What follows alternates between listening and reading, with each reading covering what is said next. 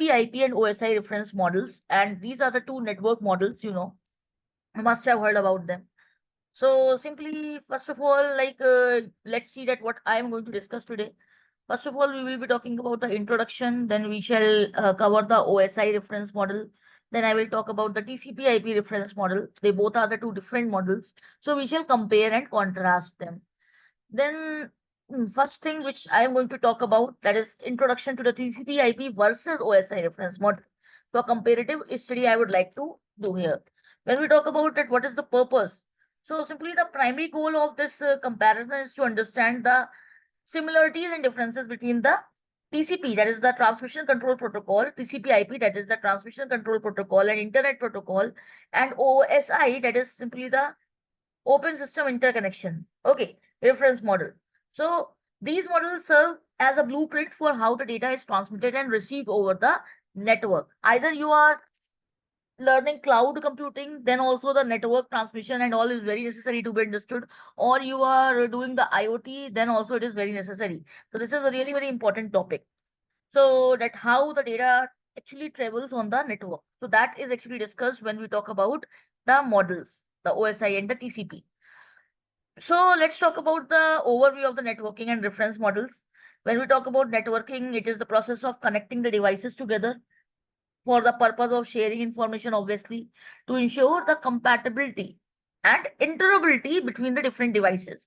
So network means that interconnection of different networks. We will be able to, different devices, you can say, and we will be able to share the data among them. So these models provide the conceptual framework. What are these models? These models actually provide us the conceptual framework for understanding the various layers involved in the network communication. Now, simply, as I said, that like it is the model which provides us the framework. That means it is a conceptual model, and it gives us a blueprint that okay, how the network is actually working. When we share some data on the internet, when we work on the internet, so how the data is getting transmitted. There are multiple layers through which the data gets transferred, and all those layers are actually having their own dedicated purposes, dedicated work, you can say. So simply the reference model serves the following key points. OSI reference model, okay? The reference model is simply the open system interconnection model. And there are the different functionalities. The first one is the standardizations. So simply they provide a common language and framework for the network designers, developers, and administrators. So all the people who are connected to the network, who are actually working on the network, they will be able to understand that okay, what is the language, according to that only everybody will be working. There is a common standard language to communicate, and this is actually the common language.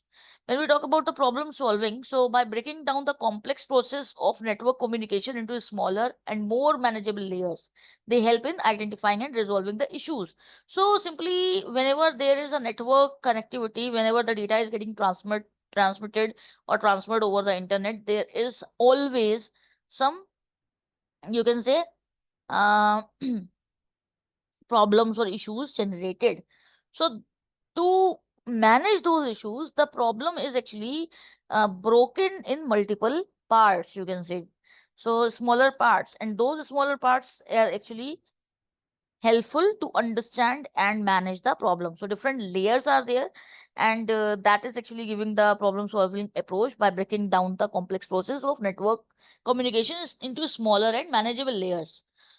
The education, so simply they serve as a valuable tool for teaching also and understanding the networking concept, as I am doing right now, that I am trying to make you understand that how the network works, and that will be helpful with the help of the OSI reference model.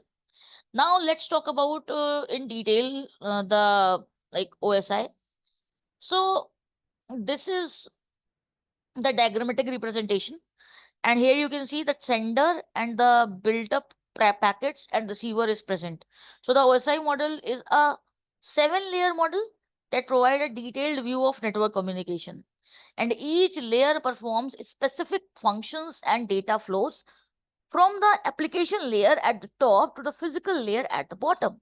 So from application layer to the physical layer, what are the different 7 layers? Application layer, presentation layer, session layer, transport layer, network layer, data link layer, and physical layer. If you number them, so the first number will be actually the physical layer. Physical layer is kept on the number 1. So 1, 2, 3, 4, 5, 6, 7. First is physical layer, second is data link layer, third is network layer, fourth is transport layer, fifth is session layer, sixth is presentation layer, and seventh is application layer. So application layer is on the top. Application layer is actually on the user end, from where actually the data is getting transmitted. So either on the sender or on the receiver, on both the ends, these 7 layers are working in every condition. Wherever you are, whatever data, a mail is getting transmitted, a message is getting transmitted, a voice note, a file, whatever. Whenever you are making the connectivity of internet, that time this is working. Now the first layer, as I told, we will talk about from the top to bottom. So simply the application layer, the topmost layer that interacts directly with the user. As I told you, it is simply for the user interactions, and this provide services like file transfer, email, and remote login. Then the next is the presentation layer. So it handles the data formats and encryption, decryption. So whenever the data is getting transmitted over the internet, that time obviously the encryption and decryption of the data is going on. The encryption and decryption of the data will be going on at that time. So this is presentation layer is the the working of presentation layer is to format the data, encrypt the data. Then the session layer establishes and manages the data transmission sessions actually, and simply it establishes and terminates the session between the communicating devices. So obviously the communication will be between multiple devices, one to one, one to many. So simply there the session starting and termination is actually managed and controlled by the session layer. Then the transport layer, as I told previously also, that UDP is there. So simply user datagram packet. So like it ensures the reliability and in the delivery of data, and it includes the protocols like the TCP and UDP. So TCP is a protocol which is present in the OSI model. TCP is the transmission control protocol, and UDP is the user datagram protocol. These are present on the transport layer. That is the fourth layer. Then the network layer. So the network layer simply handles the routing and addressing of the data packets when the data is moving on the network. So their route and their addresses will be divided and decided by the network layer. And it uses the protocols like IP. So here in the transport layer, the UDP and TCP are the protocols. In the network layer, IP, that is the internet protocol, is present in the network layer. Then the data link layer is there. So as the name implies, it deals with the physical transmission of the data frames. So it includes the protocols like Ethernet. So Ethernet is actually one protocol which is included in the data link layer, which is used in the data link layer. Then we have the next one, that is the physical layer, the seventh one. So it defines the electrical, mechanical, and procedural specifications for transmitting bits over the physical medium. So for the transmission of the bits, that means bit by bit, the data will be transmitted over the internet. So when it is said that it is getting transmitted over the internet, so definitely through the physical layer, data link, network, transport, session, presentation, application. This way it is actually going. Okay, the topmost layer is the application layer. It's quite clear that the topmost layer is the application layer, which is present on the user end. So these are the 7 layers. Now the next thing is the TCP/IP reference model. So OSI reference model I have already discussed. Now I am talking about the TCP/IP. So this is the diagrammatic representation. You can see in the TCP/IP reference model, there are only 4 layers. The TCP/IP reference model is modern, you can say modernized, or you can say refined model, which is having only 4 layers: application layer, transport layer, internet layer, and network access. So network access layer 1, layer 2 is internet layer from bottom to top. Okay, and then transport layer and the application layer is there. So TCP/IP model is the 4-layer model that is more closely aligned with the actual implementations of the network, because it is a refined model. See, these are the conceptual model. These are used for the understandability that okay, on which layer what is working or what is actually happening. So it is often considered to be simplified version of the OSI model.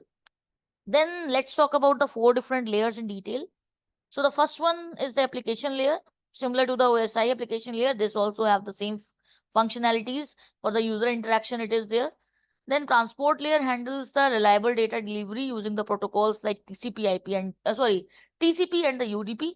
So transport layer was having the TCP and the UDP protocols in the case of the OSI reference model also, and these two protocols are there in the transport layer in the case of the TCP/IP model also. Same. Then the internet layer is having the IP. So there we were having the network layer, there the IP was present. But in the case of the TCP/IP model, the internet layer that handles the routing and addressing of the data packets using the IP, that is the internet protocol, which protocol is present here. Then the network interface layer. So it deals with the physical transmission of the data frames, because data is transmitted from one place to another in some frames. Bits are there, and bit by bit the data is transmitted. Okay, so let's talk about the comparison of two models. Now, simply the comparative study is quite simple. When we talk about the features, so the number of layers in the OSI model is 7, and simply in the TCP/IP it's 4. The focus in the case of the OSI model is theoretical and conceptual, but the TCP/IP is the refined model, so it is having the practical implementations. So it is a practical and implementation oriented model. Then in the case of the like standardization, so OSI is having the higher standardization, and in the TCP lower, because obviously it is having so many different layers for all the concepts. That's why it is having higher standards. Then the relationship to real world implementation. In the OSI, it is less direct because it is a theoretical model, but in the case of the TCP/IP, it is more direct because it is a practical model.